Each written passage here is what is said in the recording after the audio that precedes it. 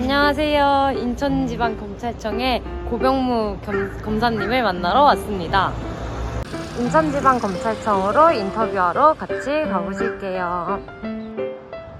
이렇게 찾아와 주셔서 그리고 또 이렇게 인터뷰할 수 있는 기회 주셔서 너무 감사드리고, 저는 인천지방검찰청 국제범죄수사부에서 근무하고 있는 고병무 검사라고 합니다.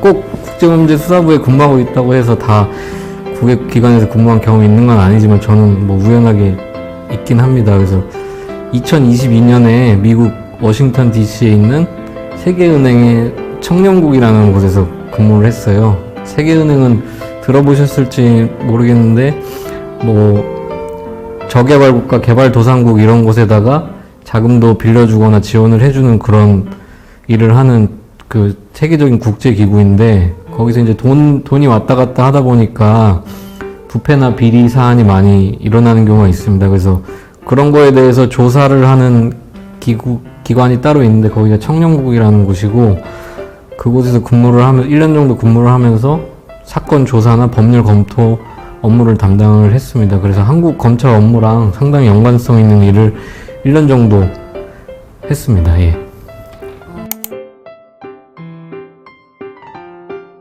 저는 또 그 작년에 미국에 있으면서 2022년에 미국의 뉴욕주 변호사 시험에 합격을 했습니다.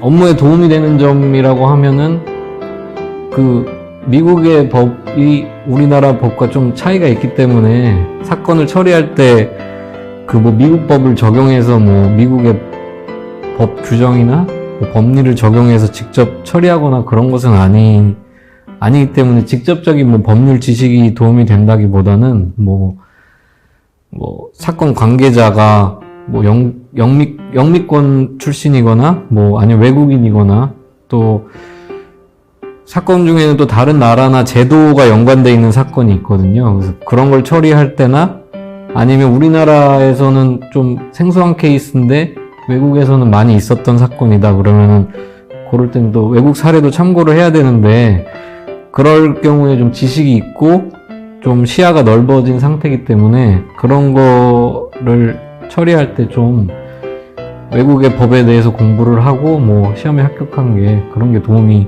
되는 것 같습니다.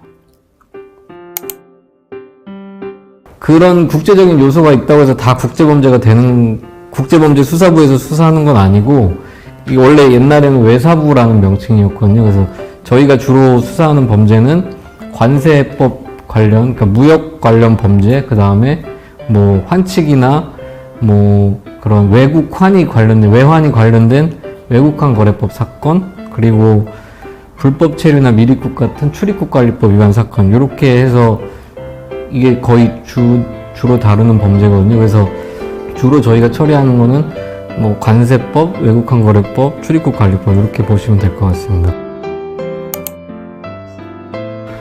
이제 국제범죄수사부에서는 아무래도 외국 다른 나라, 그리고 외국인이 관련된 사건을 다루는 경우가 많기 때문에 조금 처음에 그 생소하고 좀 그 약간 겁을 먹는다고 해야 되나? 약간 두려움을 가질 수도 있어요. 그래서 그런 것들을 좀 떨쳐내고 좀 열린 마음으로, 그 다음에 외국인적인 요소가 있더라도 좀 적극적인 자세로 하는 것이 필요하지 않을까, 그렇게 생각합니다.